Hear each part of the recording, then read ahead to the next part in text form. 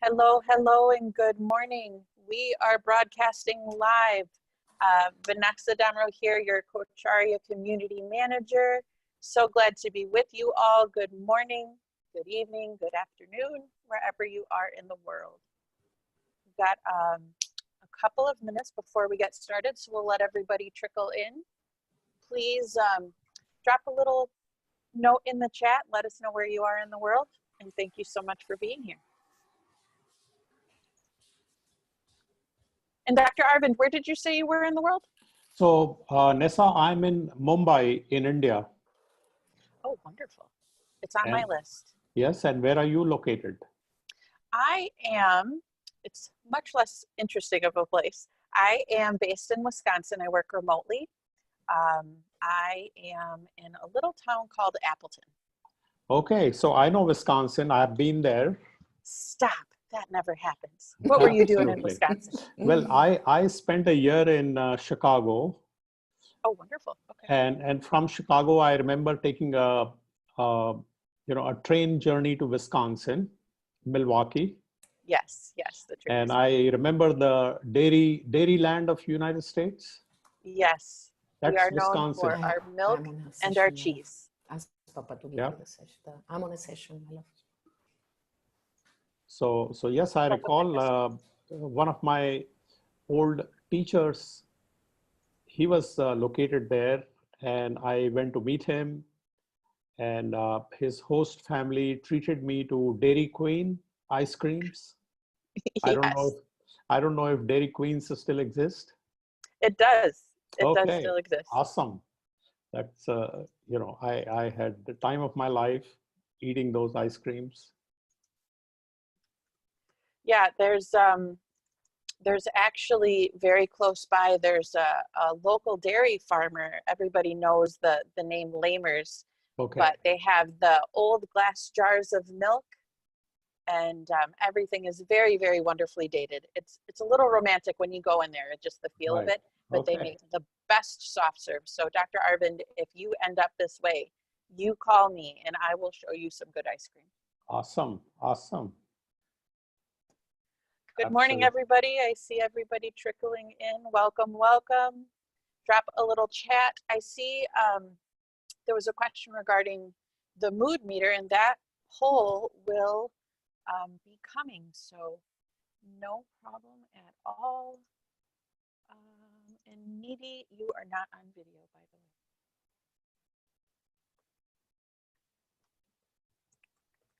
Couple more minutes and we will get started. And pardon me all, I'm going to blow my nose and you don't have to watch that. So give me just a quick second.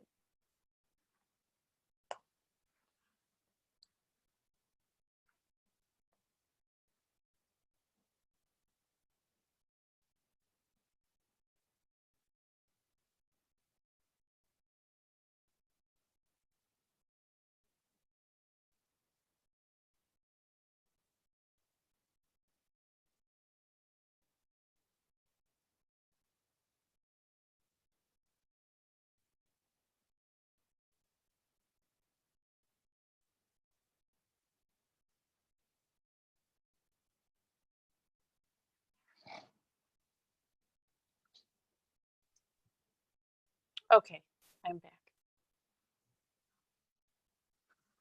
Alrighty, just about ready to go. Where is everybody today? Oh, yay, Germantown. Oh, there's a Germantown, Wisconsin. I was in Germantown, Wisconsin, not Maryland. There we go, Bangalore, and wonderful. People from all over. Ooh, Trinidad. Very cool. Welcome, welcome. All righty. Well, that was perfect timing. We are at time. Good morning again. Good evening, it looks like. Good afternoon for everybody. Again, Vanessa Damro here. I am your community manager, and I am absolutely privileged to be here today hosting this event. We have a phenomenal group here with us for Awake, Aware, Arise. And you know, forgive me, this may be the first Awake, Aware, Arise for some of our guests today.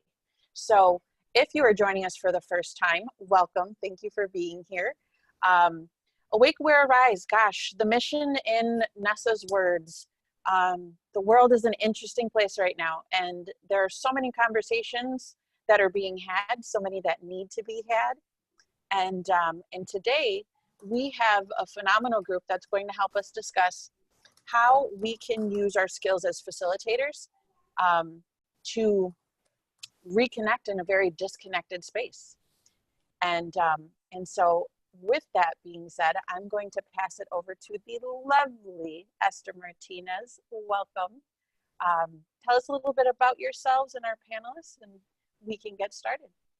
Wonderful. Thank you. Thanks, Nasa. Thanks so much for the opportunity. And Dr. Arvind Agrawal, my pleasure to welcome you to this session as well. Thank you, Esther.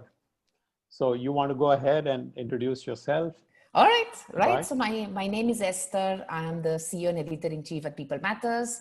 I was an HR professional the first part of my career, and I turned entrepreneur around 10 years ago and started People Matters with that mission to really think differently about the context of people and work. And we've gone a long way. And I think COVID has probably put people and work at the center of many things.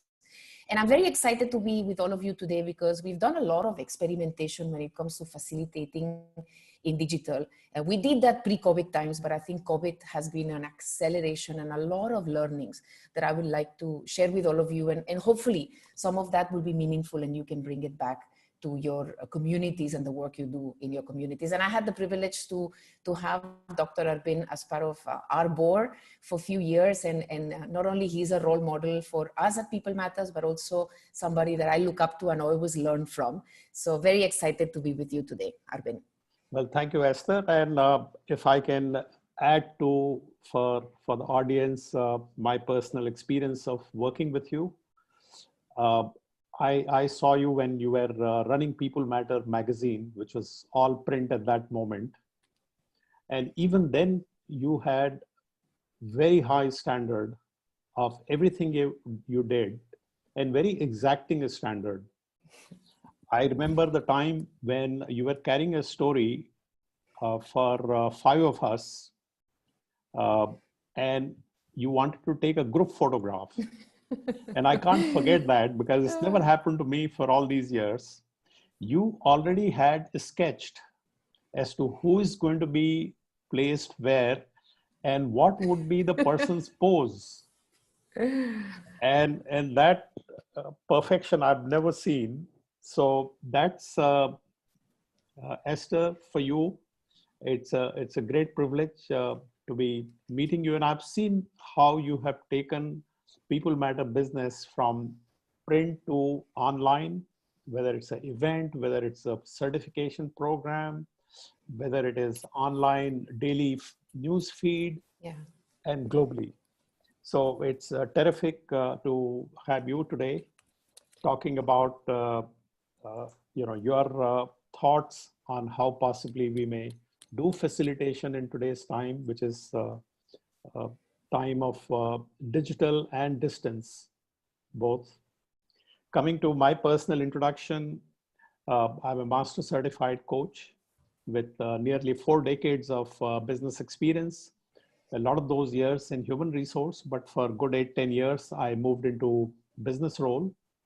So I was marketing director in Xerox here in India.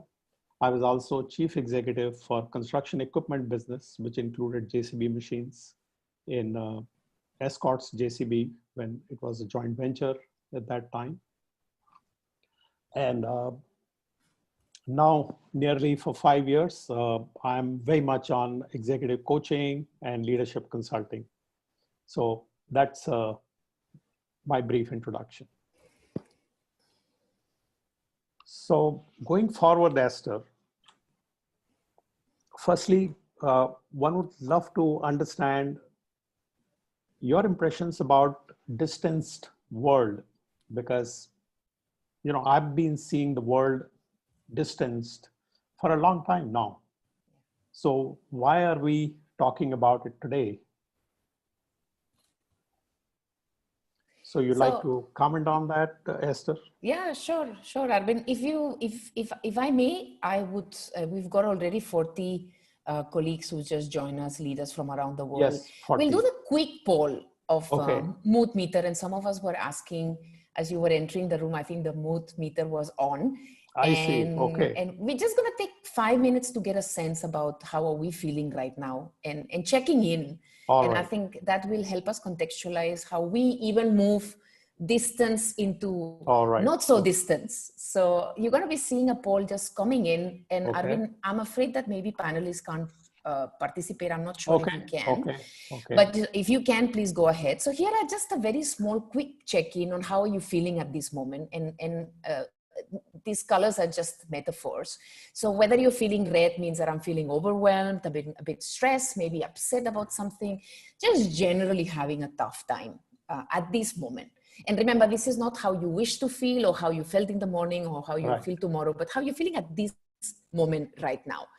You're feeling yellow means that you're feeling things are not great, but you're tagging along, managing along, somehow going through it. And green means that I'm feeling fantastic at this moment. Things are good, I'm feeling good. So let's have a sense about where the group is. And Nasa and Nidhi, you're most welcome to also participate. And we are all going to see the results together in a minute. Wonderful. Sounds great.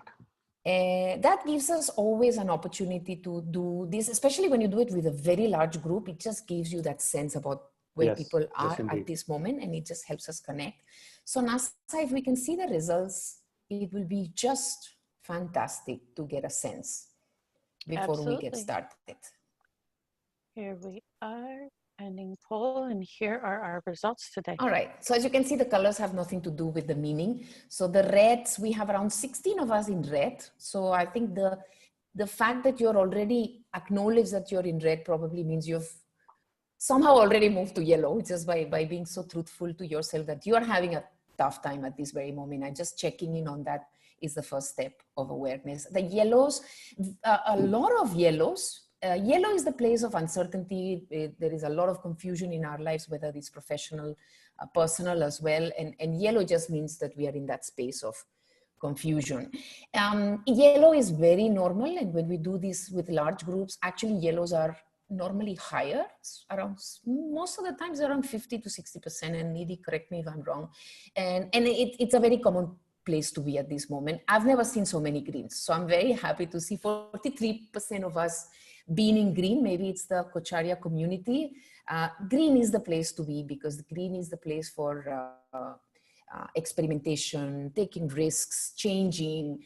And that's what we need at this moment, especially when we need to facilitate and align teams and get them connected, is the energy of that purpose of being together, that it's really going to be the biggest ingredient. I think as we go through today with Arvind's discussion and sharing some of the insights about what worked for us, what we've seen working in teams, what Arvind has learned on coaching one-to-ones, all these things are going to be only true if you're able to really stay in that green zone, because it's very difficult to coach somebody or to support somebody if you're in the red zone, even though, all of us will be in the red zone at the moment. The important thing is how you move from red to yellow and yellow to green, and how you stay green.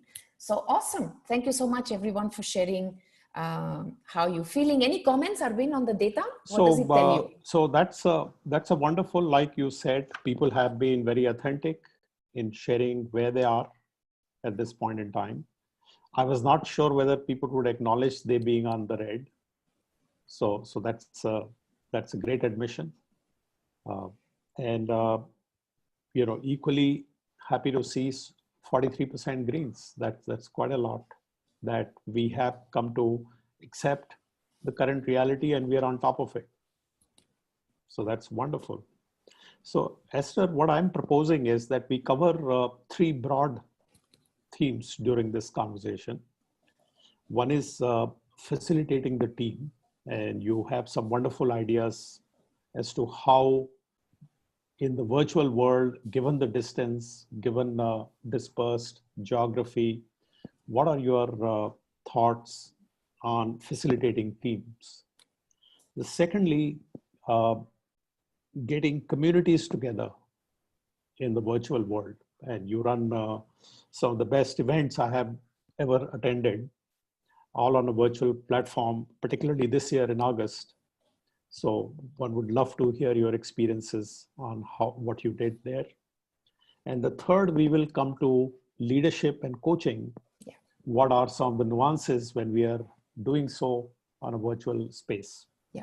So these would be the broad themes.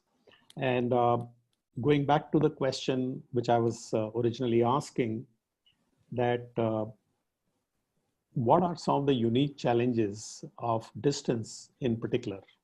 Because distance has been there for a while. The world has been globalizing all these years. So Arvind, I'll give you some data. We Right. recently did a study actually asking that to the people leaders in our community. And I think before I give you the answer of what the data said, I think we have around 50 leaders on this call, on this very call. And I'd like to introduce, because this session today is about facilitation. So I'm going to introduce, with your permission, some exercises. So then it's not just Arvind and Esther, but it's everyone in this group who are also going to be co-creating the content as we go along.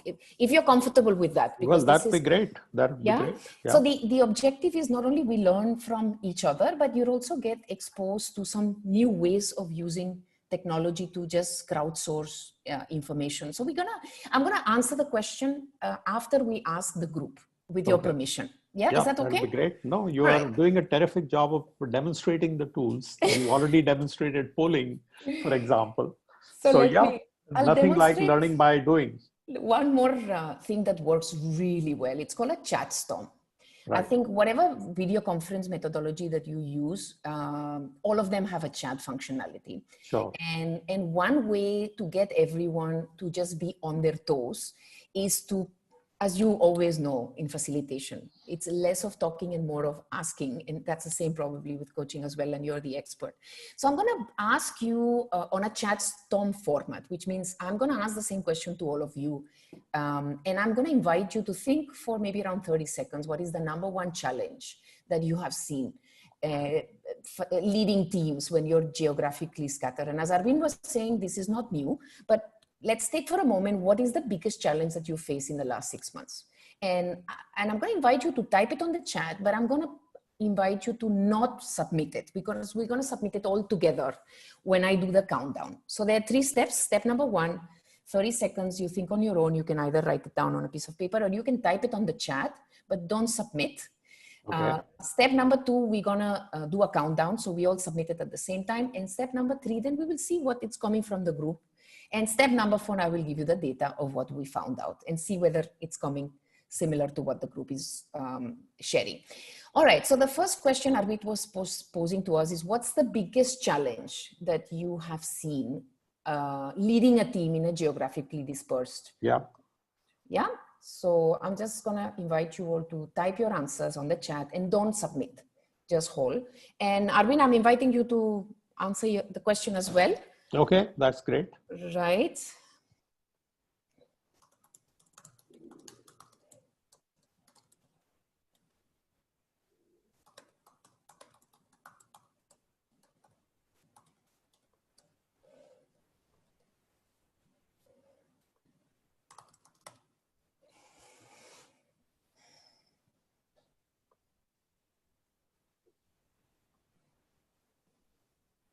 It's difficult to narrow just one, but think of just the top of the mind, whatever came first, top of the mind, as your biggest challenge managing teams, or you've observed with your clients managing teams. Just type that.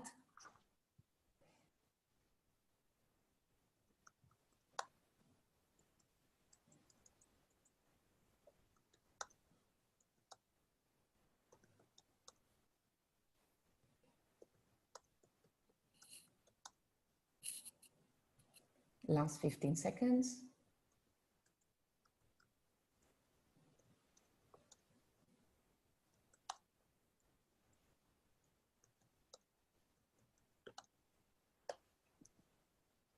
All right. Okay, so we're going to do a countdown. 5, 4, 3, 2, 1. And then you can now submit. And this is how a chat storm looks like. Of course, you can't read anything because there's just so much. So we're going to spend just few seconds to scroll. And Nasa, you want to have a look and see what you want to pick up from what the group is saying? Oh, yes. Let me take a look here. That was actually really fun seeing the chat storm take place.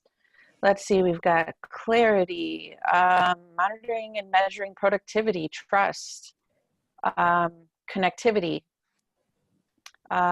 screen fatigue,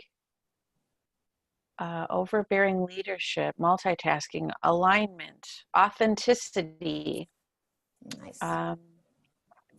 feeling the energy, feeling the connectedness, lack of community, connected, a lot of connectivity. Nice, very nice. Thank you, Nasa, for sharing that. So very aligned to what the results. So we did a study, I think it was probably around a month ago, asking 4,000 leaders the same question. And the study was called, Are we too remote for our employees? And the number one challenge that came, 67% of leaders said that managing work life was the number one challenge.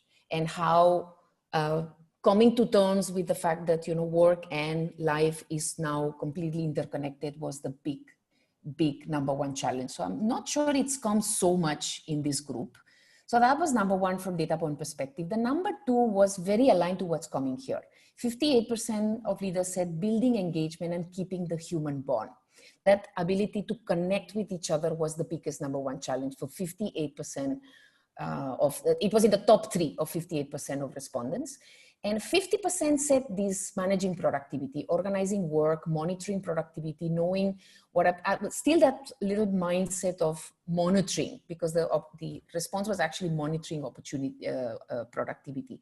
So these were the 3 challenges that came, very similar in many ways of the words that have come. And as you can see, many of them are really connected to the role of the leader itself. How are you bringing energy? How are you celebrating? How are you bringing that human presence? How are you feeling the energy? How do you create the energy, right? Even when we are not all together. And I'm feeling the energy from Nasa and from Arvind at this very moment.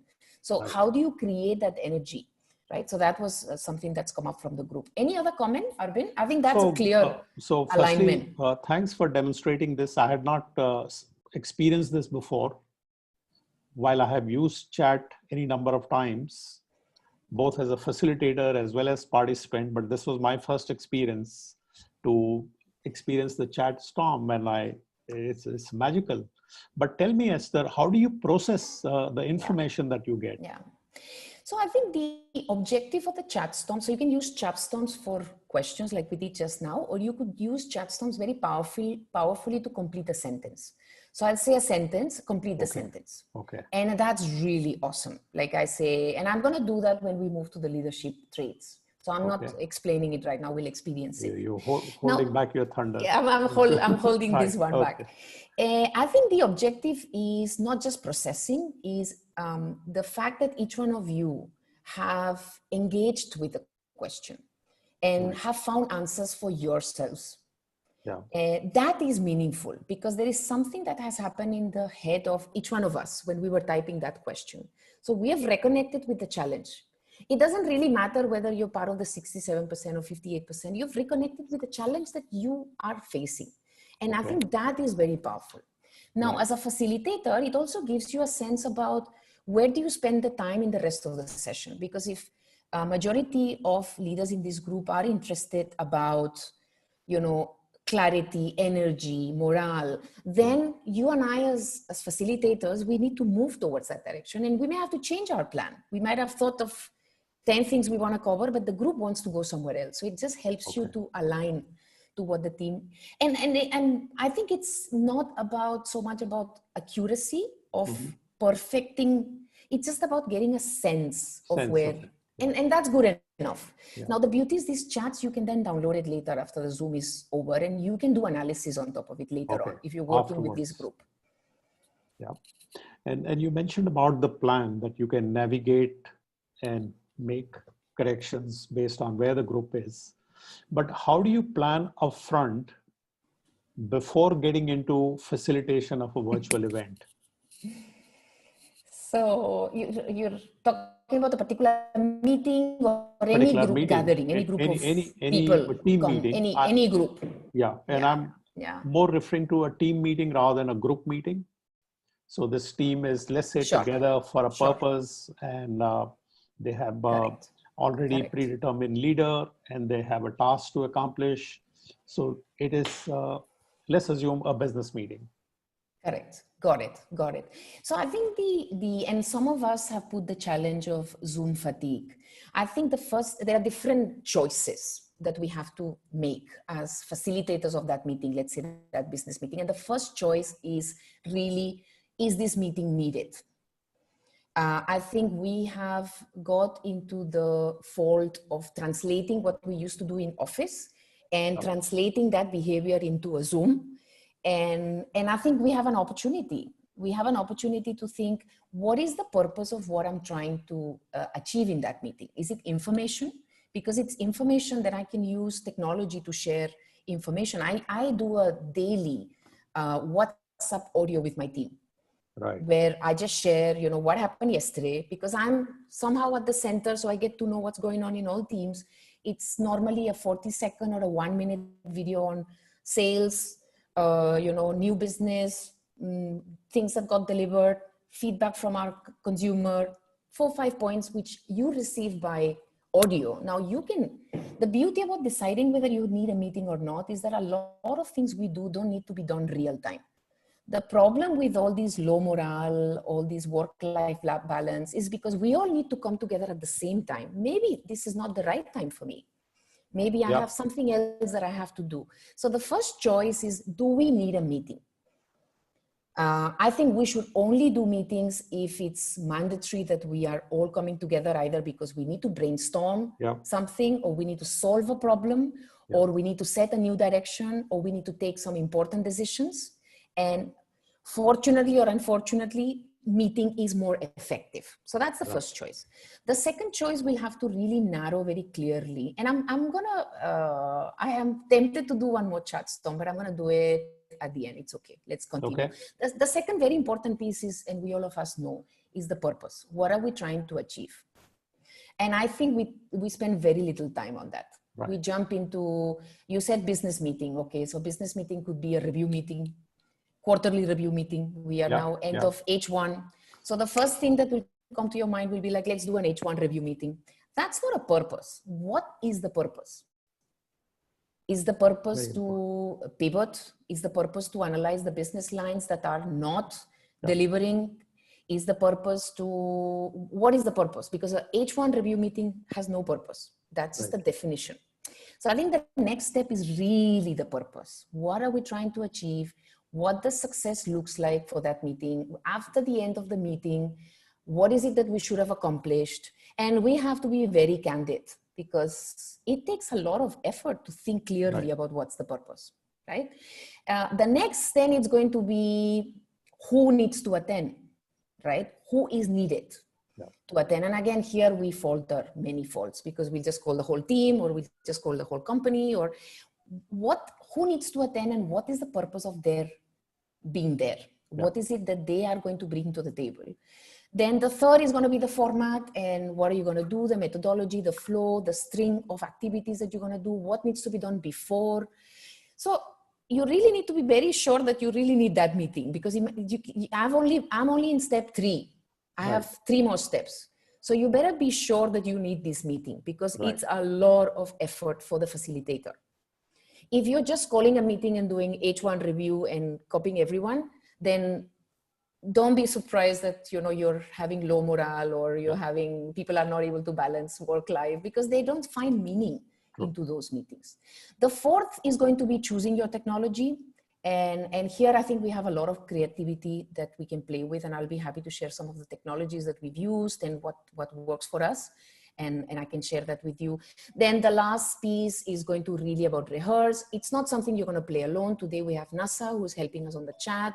Nidhi helped with setting up the poll. So it's never a solo journey. Who all is supporting you to make sure that the group is engaged? And then the final thing, post-meeting, what are the next steps? What are the follow-ups? What are we going to do with it? So a lot of effort, which really means that we need to move a lot of work out of meetings and really be a lot more comfortable working asynchronous And there are a lot of technologies to do sharing of information, to share. And I'm happy to share a little more, Arvind, but I'm going to pause because I don't want to talk too much ahead. And you're so right about the importance of planning in advance. And I saw a beautiful example of that. Just a few days ago, I was coaching a CEO he mentioned in the course of conversation that he holds a daily meeting because now that everybody is at a distance. And I said, okay, daily meeting, 5 people, 7 people who are directly reporting to you. He said, no, there are 25 people in my meeting. So there are people who are directly reporting to me and one down. So group of 25 people, we meet daily. And I said, that's going to be somewhat, I'm not sure whether you really need that meeting. And what do you accomplish in that meeting? And by the way, can you record one of these meetings? I would love to see you in action and how that meeting goes. Yeah. And I will then share my comments. Yeah. So I was very skeptical. Yeah. And I thought this would be just a normal engagement exercise and people don't have much choice because CEO is calling for the meeting. So I was really surprised. He had a method and people had a format in which they actually shared their major achievement of the day. Nice. And major challenge going ahead, both. And there was a lot of acknowledgement coming across from different people, including himself. There was a lot of also picking up a specific task that, okay, for this, why don't we form a small team with these 3 people? And let's have an offline conversation. So I was amazed with the energy level, the direction in which the meetings were moving, and it was all getting accomplished in 60 minutes, nothing more. So he had figured it out as to what he needed to do, and he had structured it. And yet it was, people were free to acknowledge each other. Yeah. They were complimenting. They were not, let's say, dismissing the importance of the challenge ahead. Yeah. All of that was happening admirably well, I would say. Very nice. Very nice. And I think that's a great example, Arvind, of finding your own rhythm as a team. Right. Because there is no one way when it comes to, leading teams, and all of you are very senior leaders in this call, and actually there is no one way. Some of you would be listening to this conversation. What this leader is really doing is using this meeting to move the ball forward. Absolutely. And saying, if there is any roadblock for any of us, let's just move ahead. Absolutely. And at the same time, just get connected, have the humanness, that ability to meet each other, see each other every day. For some of the team may become too overwhelming, especially if you're geographically distributed. Right. It may be very difficult to do it every day, right? So every team really needs to find this new rhythm. And in that, the silver lining is that everything is possible. Yeah, absolutely. And you can keep experimenting and changing. We used to do a daily check-in, which was just for 15 minutes in the physical, in the analog world. And then we realized that chat was good enough. So, chat is like, okay, what have I done today? Big highlight. What I need from Arvind and what I need from NASA for tomorrow. And one obstacle, we're doing it on chat. Now, that reduces the pressure because then I don't have to come on video. Maybe I don't feel like, maybe I just don't feel like at 5:15, maybe I don't feel like talking to anybody at that moment. So every team has to find that whatever works really to help us be productive. Yeah.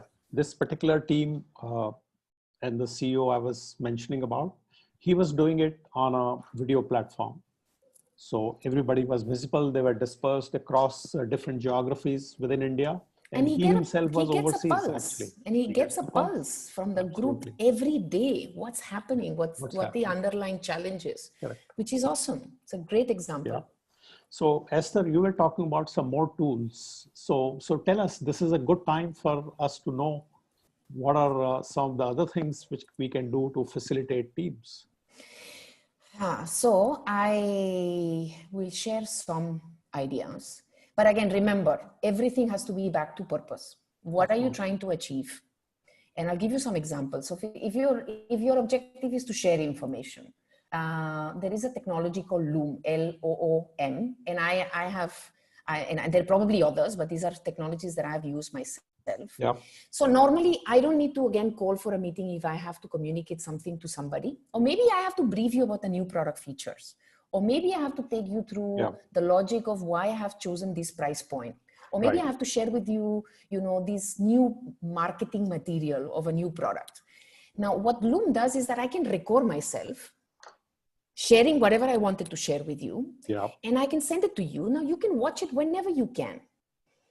Now, again, that reduces the tension of work-life balance, because if I want to block a half an hour with Arvind saying, Arvind, I want to take you through, our new product, then you'll be like, okay, when? Tuesday, Wednesday, what time? 3 o'clock, 10 o'clock.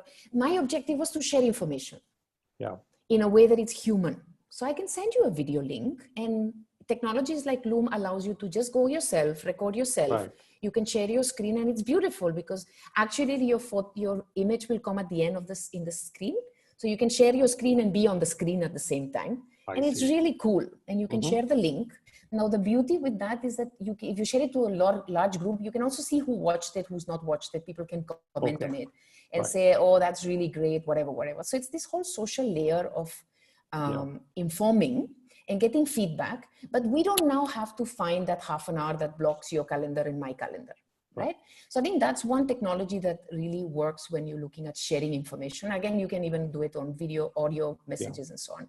Now, if you're thinking of brainstorming, I think using platforms like Zoom or any other platform that has breakout rooms, it's very powerful. And all of you have facilitated sessions on roundtables. So the breakout rooms really become those roundtables. And it's extremely powerful what you can use in brainstorming. One of the things that I do normally when I do breakout rooms is also using whiteboards. So there are technologies, whether you use Google presentation, you can use a Google share slide as a whiteboard. You don't really need any other technology or spend any money. But if you go a little more funky, then you have technologies like Mural or Miro, which are actually whiteboards, and all of us can log in at the same time, and we have sticky notes, and we can play like we used to do in the analog world. And in many ways is a lot more effective because you can actually download it as a PDF. You remember when you used to take pictures, of the no longer required. No longer required. And I don't know about you, but we used to keep all those scrolls of paper. And then hope that we will do something with it, and we never did. I don't know if you empathize. You're talking about flip chart papers. Yeah, the flip chart papers that you roll them like it's gold, like this is like our future. Yeah, the treasure. The treasure, and then nobody ever opened it anymore. So the beauty with technology is that you actually has that documented, and you can open it up in the next meeting and say, listen, this is what we discussed the last time. Where are we on it? So we've used it for brainstorming. We've used it for hackathons. Using breakout rooms and digital whiteboards is really fantastic. Then if you're thinking, for example, decision making, or you can use polling a lot, chat storms, polling. So it's all, again, what is the objective and how playful you want to be. And you'll have to take some risks. You'll have to do things that you haven't done before. Like in the old times, you had to facilitate a session for the first time, and you still probably remember the butterflies in your stomach. And many things went wrong and you survived. So in the digital world is the same, really. Absolutely. Well, thanks for sharing those. And, talking about risk taking, I had an experience training a group of Indonesian students. These were Indonesians who had gone to Europe, and because of COVID, they had to abort their stay in Europe and return back home. So all of them were very demotivated, depressed, and there were 50 such students who were connected to me. And I divided them in two groups of 25 each. And I had several modules to connect with them and get to know them. So I started as I normally would do in analog world, that, introduce yourself and so on and so forth. But firstly, I found that itself was a challenge because in a physical world, Yeah. If one person introduces, the next person knows that now it's my turn. Yeah. But when they're on a screen, they don't know whose turn is next. Yeah. So I was challenged to call out names one by one. But I found there was no energy in this entire exercise till I spotted a guitar behind one of the student, in the background. So when his turn came, I said, "You play guitar?" So he said, "Yes, I play guitar." So I said, "Why don't you play it now?" And he played guitar, and everybody was beginning to awesome. Resonate with him. How and it lovely. was such an energy. How lovely. And that then triggered a thought in me. And I said, okay, 25 of you, we are going to divide you in 5 groups. And I immediately used the breakout room. Awesome. Put them into 5 groups. And I said, create something which you like to share with the rest of the group. Very nice. Very nice. And gave them just 10 minutes time. And it was such an energizer. I can imagine. And I had no clue that this is what I'm going to do when I started with the session. It's beautiful. So I learned a lot that a good facilitator is someone who has very high observation skill. Yeah. Yeah. He or she always is scanning, seeing what's happening, and how you can use the capabilities of the group to navigate your way forward. Yeah. Beautiful story. Thank you, Arvind, for sharing. So that's, and talking about tools, I do remember you do some excellent certification program for the team facilitation. Yes. Yes. And I'm sure some of you may like to take a look at that, and maybe you can send out some information around the certification program that you have, where I'm sure you must be sharing and demonstrating much of these tools. So what we try to do, Arvind, with that certification program, so it's a 4-week program that we've designed. 4 weeks? It's 4 weeks, yeah, but it's again, it's asynchronous. So it's all hosted in the People Matters technology platform, which is a journey of 4 weeks.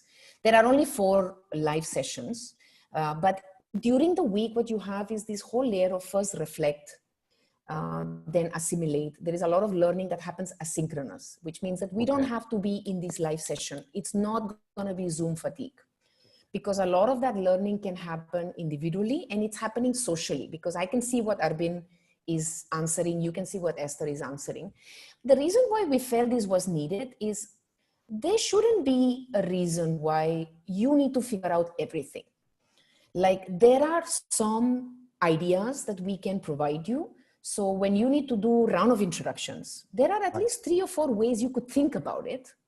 So why should you be left to experiment all the time? At least there are some few things that we can, guide that facilitator and say, well, if you have a small group, maybe you introduce everyone yourself. If the group is large, then do impromptu networking, which means break people into pairs, get them do 3 rounds. It doesn't matter if they get to know everyone, but at least they got to know 3 people in depth.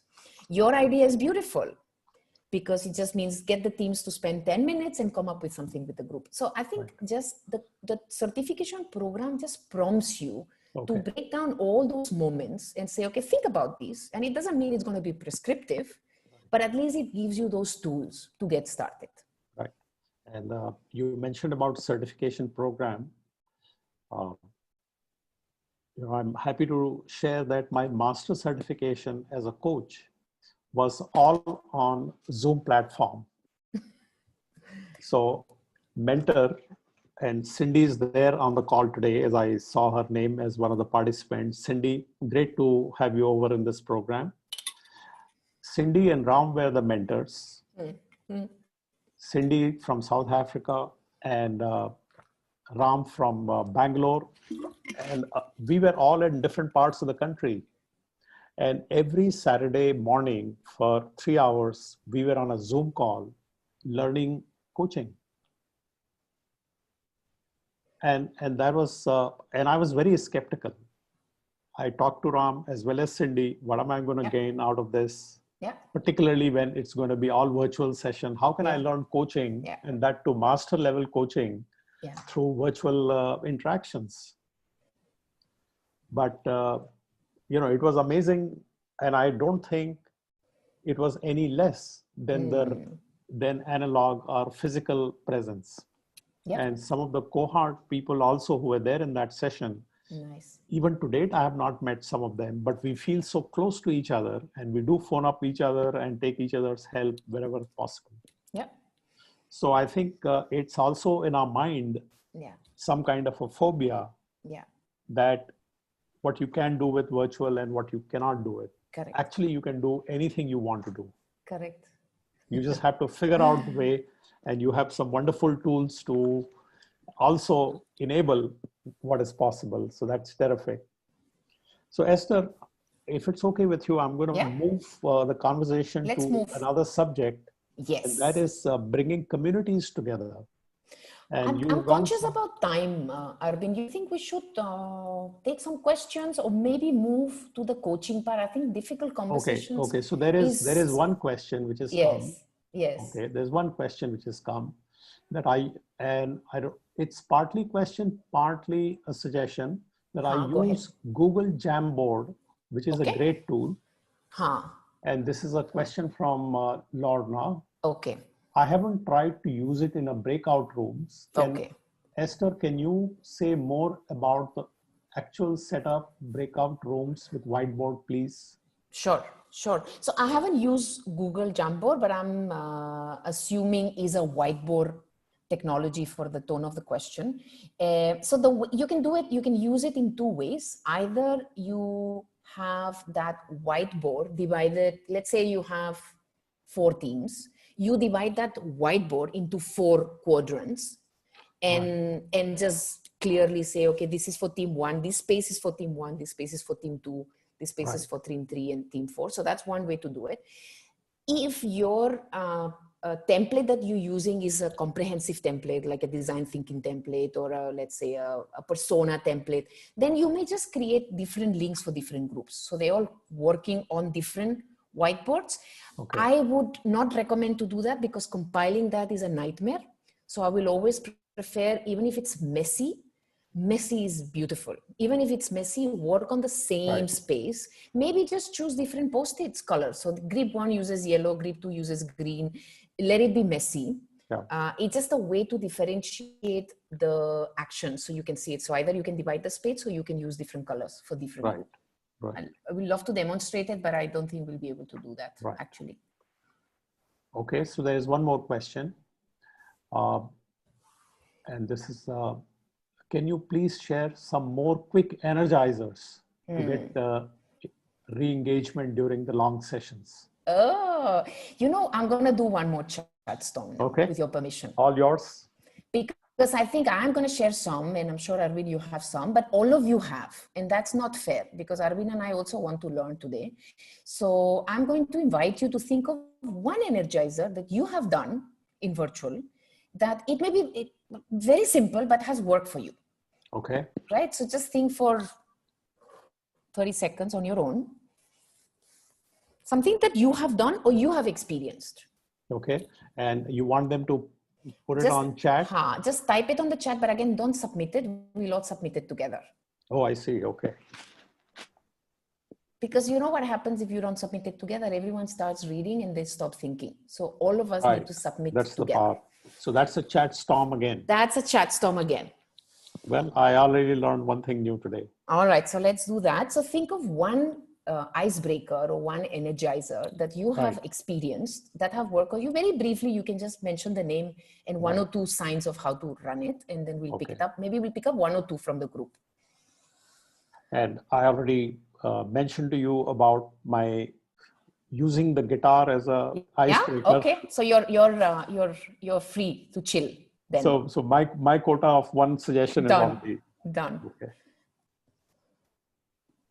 So giving you everyone 30 seconds to type. Yeah.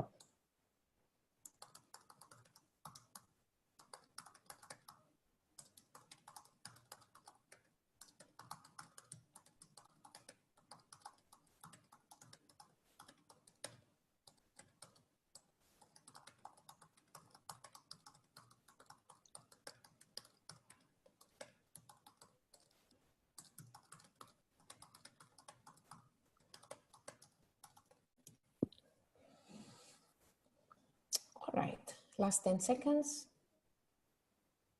All right, let's go for it. So at 5, 4, 3, 2, 1. Okay. Ooh, how many we got? Let's see. Nasa, you want to pick up 1 or 2? Yes. So 4x4, we've got trivia, fun questions, getting the body moving. Nice. Music, a quick poll, so something engaging. Yep. Let's see here. Puzzles. Nice. Film character. Very nice. Interesting. Impersonates a film character to state what they want. Very nice. Play music, as Arvind was saying, playing a puzzle. Sharing an object from home and its meaning. How beautiful is that? Yeah. How beautiful. Spot games. Oh, spot something. No, is that what it is? Spot something. Nice. All right. See, you see how many you got. And I think that's the beauty of crowdsourcing. And I'll share some of them that have stand up and guided stretch. Depends on team closeness. Very nice. Thanks. Right. Thanks, Dumi, for sharing. So I think when you look at icebreakers very quickly, it again goes back to what's the purpose. And because the question was specifically about long meetings and how do you build a little bit of energy. So I'm going to focusing on that. But icebreakers, again, there are so many that you could do in a virtual context. So I'll share. You already saw the traffic light. You could do the traffic light as you go through the meeting to actually sense how the energy is moving. So that's a really easy one to quick checking in, especially if the meeting is long. One of my very favorite ones, if your team is new, you can ask everyone to record a video called My User Manual. A very quick video about what is the user manual of Ester. So what I like, what I don't like, what works for me, how you can get the best out of me, how you can really piss me off.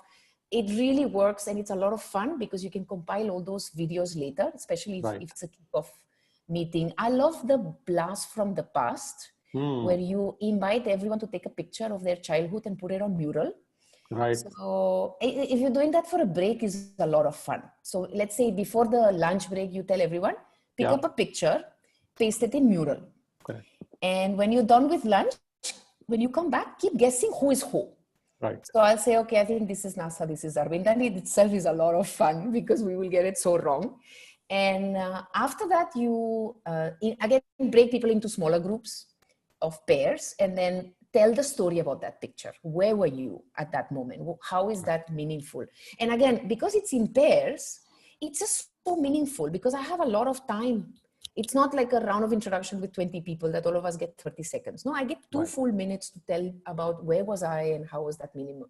So that's really a lot of fun. Team tours, like I can show you around my house. So you take your laptop and just tell everyone, okay, this is my children's room. That's also fun to do. And I have a long list, but I'm going to stop.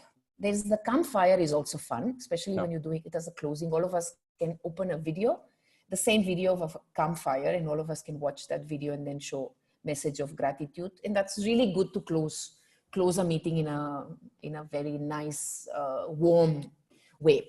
Yeah. All right, I'm stopping. I can share all of these. This is part of our material from the certification program. So it's all documented and I'm happy to share with some of you if you're interested. And while we are at it, I also wanted to remind everybody that even some basic things like time management continues to remain important even in a virtual session. And last week I was attending a 2-day program, which is meant for independent directors. And I was so frustrated because there was a regular timetable which had given a tea break and lunch. I was quite okay that I'm not going to get tea and I'm not going to get lunch. I have to fend for myself. So that was okay. But the session kept overrunning and the next session started before having those breaks. Yeah. So it was very frustrating. I felt so fatigued. And speakers were very eminent speakers and they had a lot to share, but the management of time was so pathetic that such basic thing got missed out by the organizers. Yeah. Yeah. Arvind, we have to move to the next section because I want to make sure that we have time to cover the one-to-one conversations and we keep on time. So if you have more questions, keep bringing them on. Yes, yes, go ahead. Yeah, before we go to one-on-one sessions, yes, love to hear from you, your experiences and yes. experimentations with the large events. Yes. What are some of the things which you have done so well, challenges, and the ways to deal with those challenges? I'm repeating myself, Arvind, but it goes back to, again, what is the purpose of that gathering? Yeah. And when we had to go through that journey, so back in January, it looks like a lifetime, January 2nd, when I remember coming back from Christmas break, and there were two things that came to my table that day. One was there was some volcano eruption somewhere, and then there was this virus in China, right? So we all know what happened after that. So all our physical events got canceled immediately, and I was very clear that these will be for the long haul. And I was also very clear that we were not in the business of events. We were in the business of bringing the community together. So when you define your business as we bring the community together, the fact that you can't do it physically is not a constraint any longer. And so that's the starting point. The starting point is to acknowledge that this is a silver lining and there is so much you can do in technology that you couldn't do in events. Now, what we have learned is that we have reimagined the whole journey. Events was actually a lot simpler because you just had to put some content and people will come and consume it and then go. And you were not responsible for much after that. Now, in the digital journey, we are still curating content that we want you to consume, but now we can request you to consume it even before. So we're using a lot of asynchronous where we are curating things for you to consume it even before we come for that live session together. So there's a lot of reflect and a lot of assimilate that happens at your own pace. The second piece is, of course, a lot of innovation that we do in the real physical event, breakouts, even for large groups. We have done in TechHR Singapore, we had one masterclass that we had 600 people. Okay. And we did chat storms, we did breakouts, we did a mural with people. 80% of people have never used mural before. And I ran a mural with people who had no clue what mural was. Okay. And that in itself is an experience. And that's an experience for everyone who's in that session to say, it is about playfulness and it's about having clarity of what we want to achieve and about really preparing very well. And after that, going with the flow. So that's the live component. Now, what we have learned in digital that we could not do in physical is the next two steps. Third step is apply. So we've gone through reflect to assimilate. The third step for People Matters journey is now apply.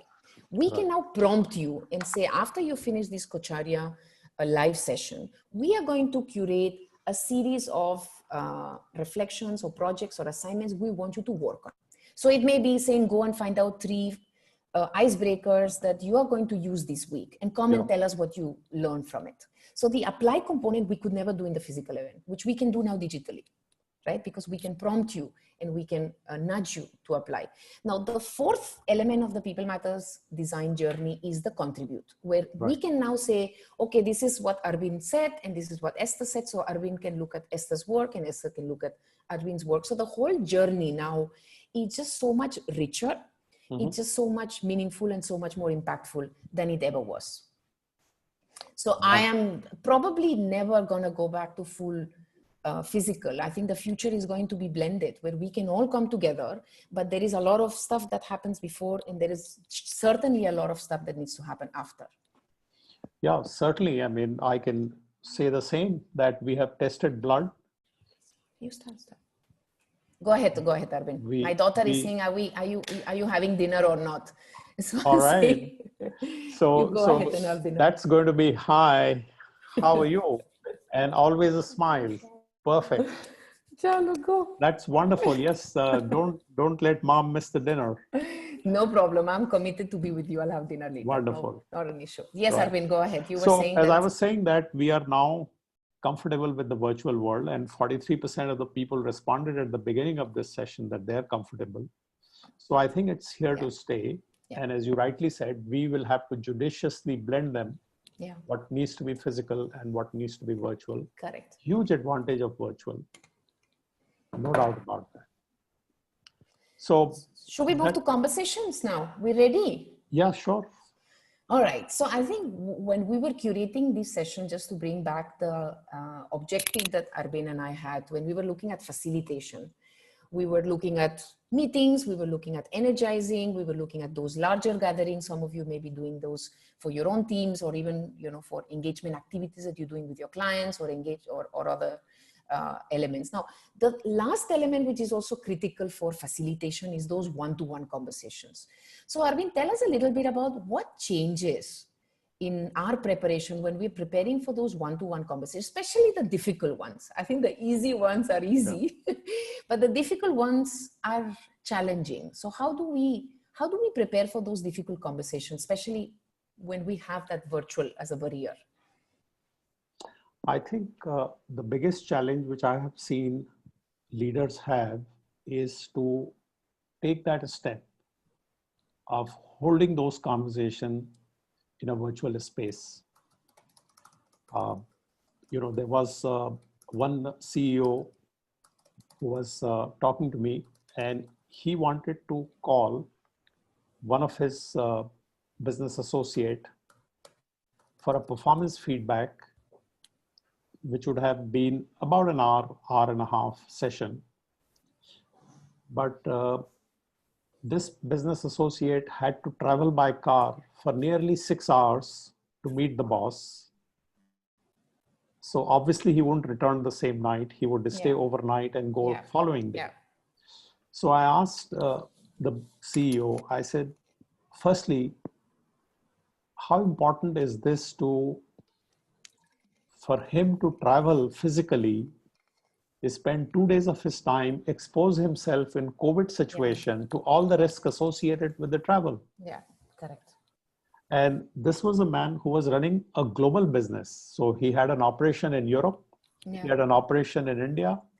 And I said, you are a global CEO. Yeah, yeah. So it took him another 1 week to think about it, to sleep over it. And then he ultimately embarked upon holding that session. Yeah. Yeah. So I have found that the biggest hesitation is in one's own mind. Yeah. And what's they just different, Arvind? Why is that block that I can have that conversation if you travel for 6 hours, right, but I can't have it right now in this call? I can't. Why? Right. What are the ghosts? What are the fears? So I think those are basically fear of unknown. Yeah. Because we believe when the person is in front of me, I can touch and feel the emotions, the body language, the connection is there. There are a lot of informal exchanges, transactions that take place. And you need to be comfortable to do the same in the virtual space as well. Yeah. There is no inhibition. There's no reason why you can't do that in the virtual space. And I had the same situation in coaching space. Yeah. In April, May, when COVID had just about impacted us right across the country, most clients who were used to a physical one-on-one coaching, they went into a freeze. And we had no coaching activity. But come July, as economy began to move forward, the factories started, the activities started, transaction happened. All of them came back to the video conference because there was no choice. Yeah. Yeah. And now if I talk to some of them that would you like to do physical ever? They said, well, actually, we enjoyed the virtual session. Yeah. Yeah. There is no loss at all. And in fact, it was more productive for your time as well as my time. Yeah. So how do you plan or prepare differently when you need to have those conversations? What do you do differently? So to be honest, nothing actually different. except you need to be prepared for ensuring that you have full attention of the person. And why I say that, I remember there was one person I was coaching and I was in front of the video screen, and I found that the person was not fully in the session. Yeah. You know, you can make out that. And I said, there's something bothering you, it seems. So he said, yes, actually, I have a 6-month-old baby, and it's my turn to take charge of her because my wife is going to get on to a video call with her office, and we had worked out a schedule. Yeah. So it's my turn in another 15-20 minutes. So I said, well, I'm glad you shared that. Yeah. So in light of that, you really want to have this session today. I'm quite happy to reschedule it. Correct. Correct. So, you know, I hadn't planned for it, but I had to be observant. Yes. When the event is happening, it's unfolding in front of my eyes. Correct. And in another instance, the person I was coaching, his wife walked past the screen, and he was quick to grab the moment. And he said, I want to introduce you to my wife. Would you like to meet? So I said, yeah, sure, it would be great. So I said hello to her. And then he said, is that okay if she joins the conversation? So I was taken aback. Yeah. I said, how am I going to do? It's supposed to be one-on-one conversation. Yeah. It's all going to be the office. Now she's going to be sitting. So what am I going to do now? So I remembered my coach training. And one of the things they teach us is that all coaching is a life coaching. Yeah. Even though we put them in compartments. So I said, okay, here is an opportunity to probably bring that up. And I turned around to his wife and I said, it would be great for us to hear, how have you experienced him change over the passage of last 3 months? Nice. You know, he and I have been having these sessions every fortnight. Nice. We like to hear from you. Nice. And then she began to talk. And there was some very interesting, touching conversation that we had between 3 of us. Very nice. Very nice. And she acknowledged some of the positive changes that she had seen. So that really was a moment for us. Very nice. And impromptu, right? You have to really, it would not have happened if all these things would not I would not have, in my wildest ever thought of taking a feedback from the coach's wife. I know. Not at all. I know. So, Arvind, there is a question from Subramanian on any not to do's when we are planning, preparing, executing those one-to-one conversations, especially the difficult conversations. Any not to do's that you can think of? I would say, besides your personal undivided attention, and I say that because we all have our phones close to us. So difficult. And out of habit, and I personally have that habit of glancing at it every intermittently. Yeah. And for a coaching conversation, I make sure that my phone is not anywhere near me. It is switched off and it's away from me. So a lot of people do complain that, look, we can't reach you at all for hours sometimes. So I said, well, that's the kind of profession I'm in. Yeah. And that only means that I'm busy doing something. So that's definitely one must ensure that you're 100%, and I would say 200% actually, if you're on a virtual screen, because not just the person's face, but you have to see around the person what's happening to ensure that you have the full attention and you are giving your full as well. Yeah, yeah. And you're not tempted by any diversion of your own. Yeah. But apart from that, I have not experienced any limitation. Nice. I've experienced some additional advantages, if I can share. Yeah, go ahead. Go ahead, Arvind. Virtual space also I have used to ask my coaches, my clients, to share with me the recording of their team meetings, their one-on-one conversation with their team members, their town hall meetings, because now recording is so easy. So instead of the person reporting to me that this is how I now handle the situation, I said, I would like to listen to one of the recordings. Yeah. And it's been very immersive experience for me. And it's been very meaningful for the client to gain from that kind of conversation. Nice. So that was not possible in a physical space. Correct. Because the recording is not very easy. It becomes very restraining. Yeah.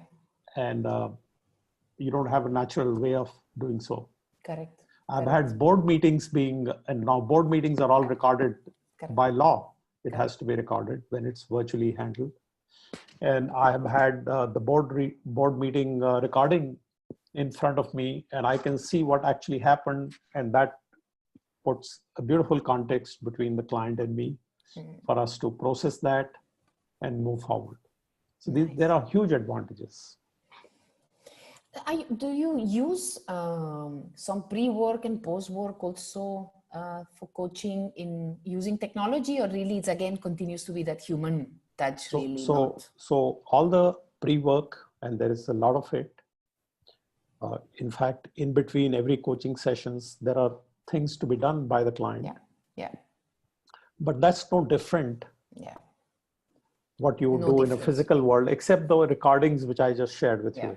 That sharing recording has helped. I stumbled onto that, and I found that was very rich. Nice. Very nice.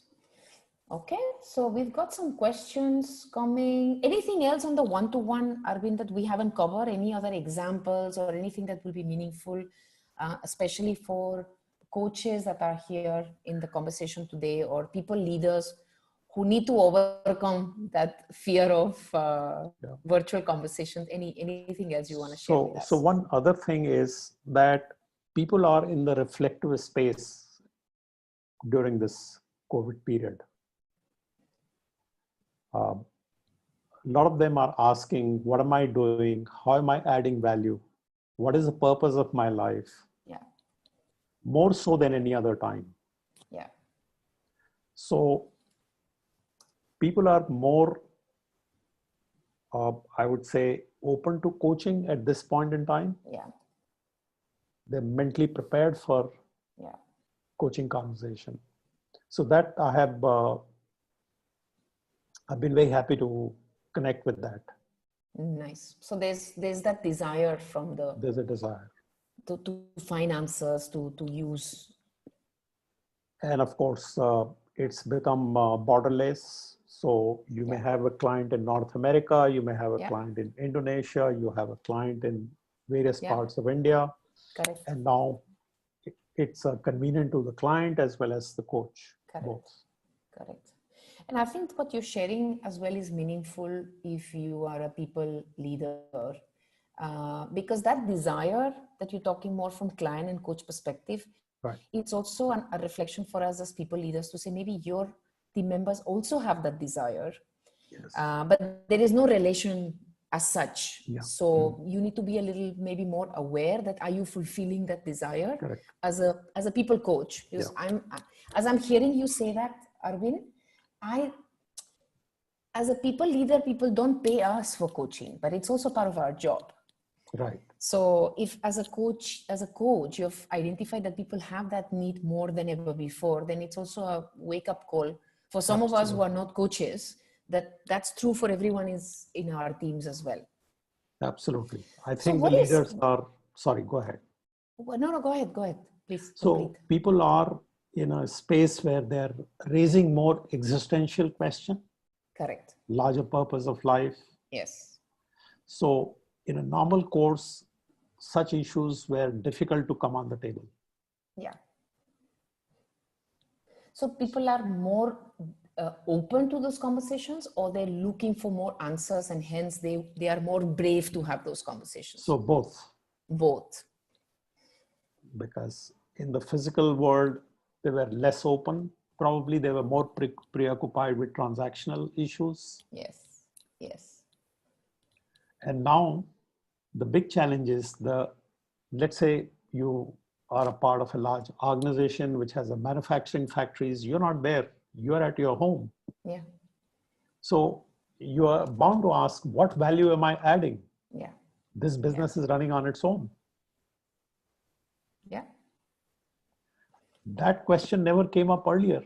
Yeah. Because the person was still traveling, visiting factory, passing instruction while none were required. Yeah. But here she was under illusion that they were all required. Yeah. Yeah. So there's that void somewhere, that what is the meaning of what I do really, and what's the value? What's the value I bring to the table? Yeah. So actually, in a virtual space that we are going through right now, yeah. Yeah. COVID has brought many of these issues in the forefront. Yeah. So taking that case is taking that point forward and reflecting that people are also skeptical. So how do you facilitate that groundness? So you're talking about the persona of somebody who's maybe more aware and trying to find answers to pivot himself or herself. And there are other kind of personas of people being more skeptical, saying, maybe, how do we ground those leaders to realize that, listen, there is change to be made? Well, I think you have to only hold the space. Yeah. The individuals have to find the answers. Yeah.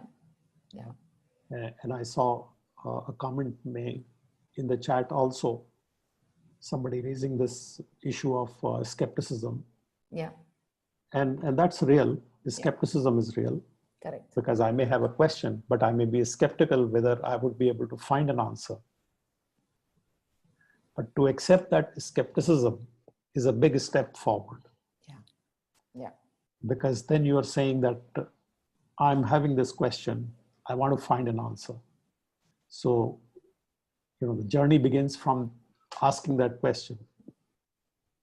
So Arvind, how do we trigger, if any, and you said that our job is to hold that space, but how do we create the conditions for, because I mean, and I'm not a coach, so correct me if my question is misleading, but a lot of people may be skeptical because they're in denial. They don't want to maybe accept that this is not going to go away ever, and this is not going to go back to anything that ever was before. Right. It may be better, it might be worse, we don't know, but it's clearly never going to be whatever it was before. Right. So is that the skepticism been driven by denial, or it really doesn't matter? It's just about the individual itself has to find it. It's partly reality of the current time. They're also recognizing that their old style and approach is not something they can continue with. So earlier there was a belief that we have to lead from the front. I have to be in front of the troop and lead them the way. Now the troop is marching on their own and you are actually remotely located. Yeah. That's a reality you got to accept. And then you have to ask yourself, what value do I add now that I'm not in the front of the troop, but I'm remotely managing, remotely leading? Earlier, you were controlling because you know who's come to the office, who is doing what. You can walk out of your office and you can see the energy on the floor. You can see whether people are working or they're just loitering around. And you took pride in managing that situation. Now, none of this is visible, actually. Yeah. Even if you want to talk to your secretary, you have to make an appointment. You have to schedule a call. It also requires a person to be much more self-disciplined. Yeah. Because you have to plan, organize your day. It's not that the events are going to overwhelm you. Yeah. So these transitions, that is leaders becoming more empowering leader, trusting leader, enabling leader. Yeah. That's a shift people need to make. Yeah. And I think people are realizing that that's the new leadership paradigm that they have to master and then move forward. And some people have already moved, others are going to get there, hopefully. So I think it's a big opportunity for the world to move to the kind of leadership style we always aspire toward. Yeah. And I'm remembering as I'm hearing you, Arvind, we had the privilege to spend time with Nassim Nicholas Taleb in our People Matter Sandbox community. And he spoke about, of course, he's not a corporate person, but he spoke about anti-fragility and what anti-fragile teams look like. Right. And he shared the example of, how the more decentralized your team is, the more agile it is, the more closer to the customer, the more they can take decisions on their own. And he talks a lot about this layer of bureaucrats, and he talks in a little negative way, but I think we all know what he means. These bureaucrats are people who are actually not adding value. And overnight, when we all had to work from home, many organizations realized that this process and this task that we used to do, we can't do, and nothing has happened. Absolutely. Right? Absolutely. So I think it is a silver lining if you are brave enough to take charge of that reality. Right. And if you're not in that situation, it's also a wake-up call on how do you keep yourself updated with new skills, how close to the business you are, how are you enabling others and empowering others. So I think it's that paradigm shift of leadership had started many years, and you and I had this discussion many times. Absolutely. But it wasn't changing because nobody wants to change. And this is the time that we have no choice but change. Absolutely. So I think it's the positive way to look at it. And as you said, our job is to hold the space and help people transition, but that's as much as we can do. So COVID has become a big enabler toward that transition. Correct. So I see Nessa restless because we've got probably another 10-15 minutes. So maybe we should have some questions from the audience who are present today. There was one question, Nissa, right, that we missed. I think it was about facilitation, what some of the facilitation engagement that we can use on leadership development. If I understand the question, I haven't read Gino Wickman's book. So I don't know. It was regarding an entrepreneurial operating system. Okay. Yes. And so if there was a recommendation with all of these skills as facilitators, if there's something that you both have used in the past or used with your clients that might be helpful to keep things on track and engaged with teams. So I think I'll just share maybe one or two methods that I use a lot with our team. And again, a lot of those methods work really well when you can do breakouts in smaller groups. Because I think that's the power of humanness and bond when you get people in smaller groups. So whether you do the 9 Ws, I really like the 9 Ws, especially when you do anything with leadership. And you just go back, and I'm sure many of you will either use the 5 Ws or the 9 Ws, but it is a really powerful tool because you start with, let's say that we're doing a leadership. Maybe let's take the example about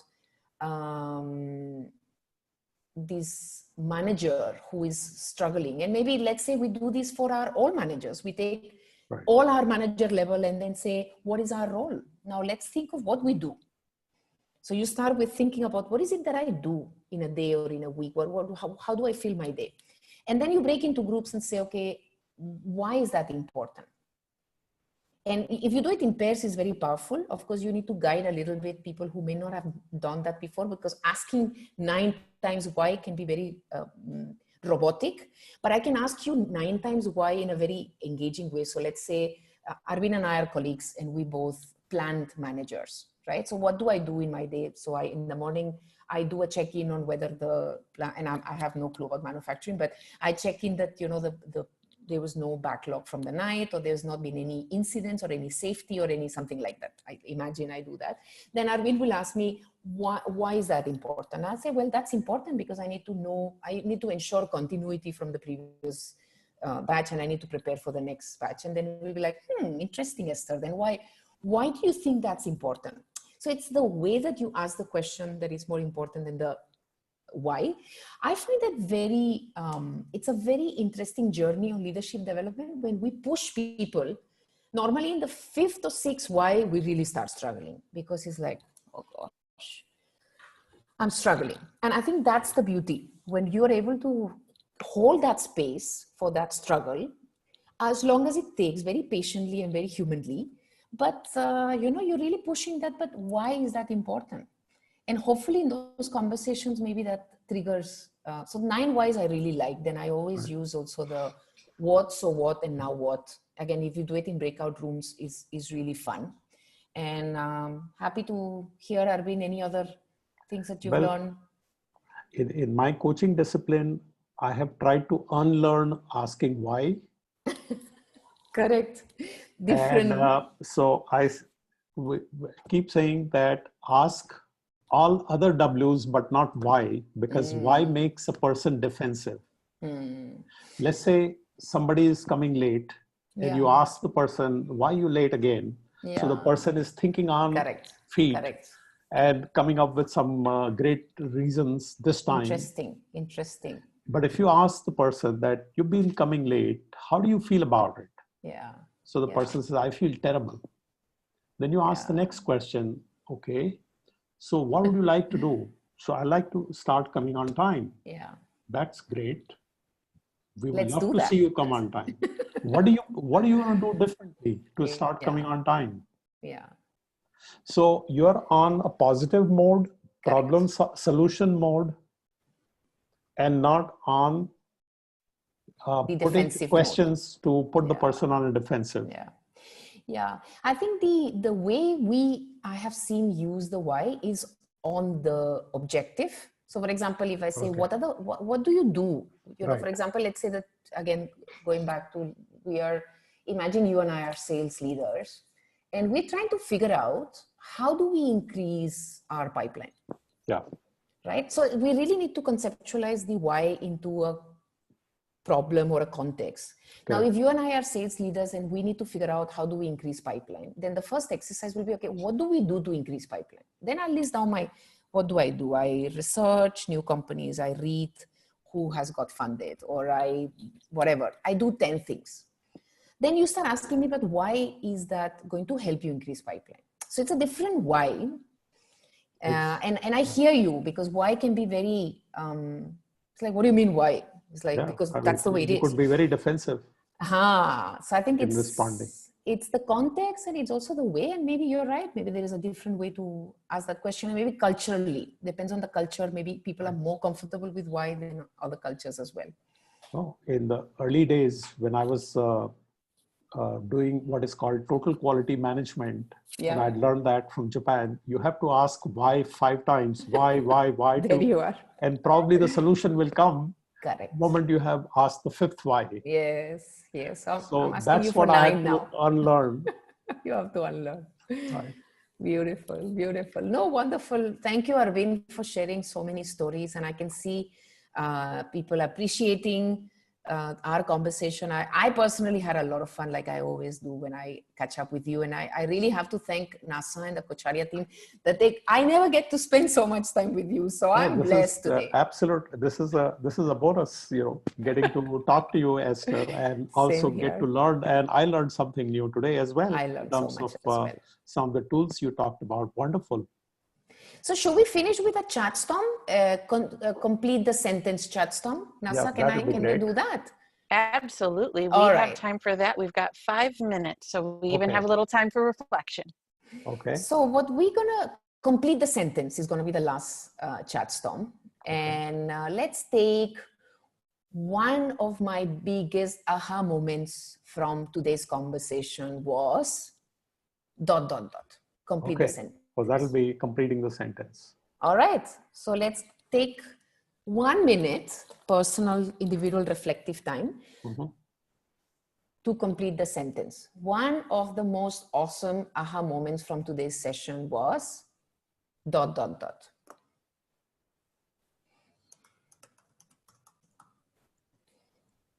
And please don't post.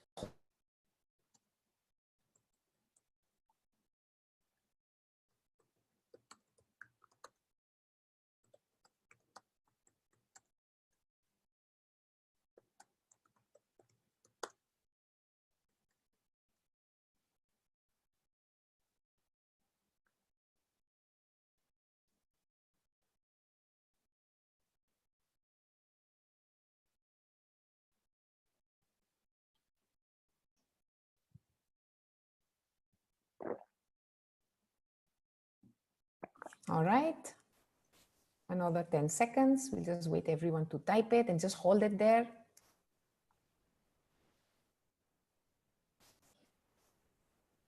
All right, so we'll count down. 5, 4, 3, 2, 1, go.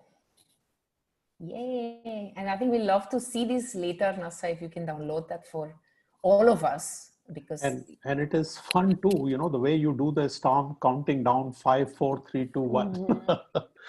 So that's very good as well. It's interesting. It's fun. It's fun. What do we have here? Oh my goodness. What do you see, Nasa? We have impromptu feedback. We have difference in perceptions, understanding the why of the question. Virtual teams are very possible, require some creativity. Loom was a blast from the past, so we've got a tool that is going to be utilized. Sense of the collective view, focus on energy. Yeah. Chat storms. Everybody's liking the chat storms. Yeah, me too. I didn't write it, but yes, I totally resonate with that. Nice. All the new energizers, different ways to wake up the team and get them engaged. Putting aside your fear. I like that. Very nice. Achieve everything in facilitating in a virtual world as much as an analog world. Let's see.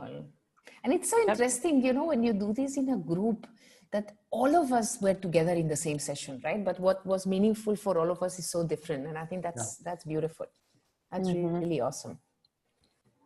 You know, I can say for me, and we're just about at close. So I can say for me, when I'm thinking about everything, when I'm reflecting on the session, really the clarity of purpose and or clarity of outcome being the foundation of thought to come back to, being the home place that I operate from, I think was really key for me, because when you're facilitating, and I think about too as a coach, so in my experience as a new coach early on, the performance anxiety, the story that my mind would create about what I was looking to do would be a little bit louder than my focus on my purpose, the focus on the outcome, which for coaching is just simply being and being present. And so when I think about a facilitator, having that clarity of purpose and coming back to that train of thought and leaving the rest behind, I think is incredibly powerful and was a huge aha moment for me. As much as it feels so obvious, I know, in a way, I agree. but it also feels very safe. It feels very comforting to just have that to fall back on. So thank you so much for that. That was very, very helpful. Thank you. And thank you to everyone. Yes, of course. This was absolutely wonderful, Dr. Arvind. It was a pleasure speaking with you. It was so great to help support this space and connect with you all. Super, super valuable conversation. I know we have leaders from every walk of life, facilitators from every walk of life, and this virtual blend of our world, I think, is going to be the new normal. And so these skills will definitely help us stay connected as we have miles and miles between us and work through today's challenges. So again, thank you so much, everybody, for joining us. This was absolutely wonderful. Esther, you get yourself some dinner. I insist. Everybody be rested, be well, have such a great week. And again, I dropped the links there. We love your feedback on these sessions. Panelists, of course, you're welcome. We love your feedback. And then also join us for the conversation. We have a very active community sharing insights and thoughts and tools and getting to know each other and networking. So definitely join us on LinkedIn and continue the conversation. But thank you again, everybody. It was an absolute pleasure. Be well. Wonderful. And until next time. Wonderful, Nessa. You're welcome. And Esther, pleasure, to be Arvind. with you. Take care. Best Thank wishes you. to both of you. Thank you. Bye-bye. Cheers. Bye-bye now.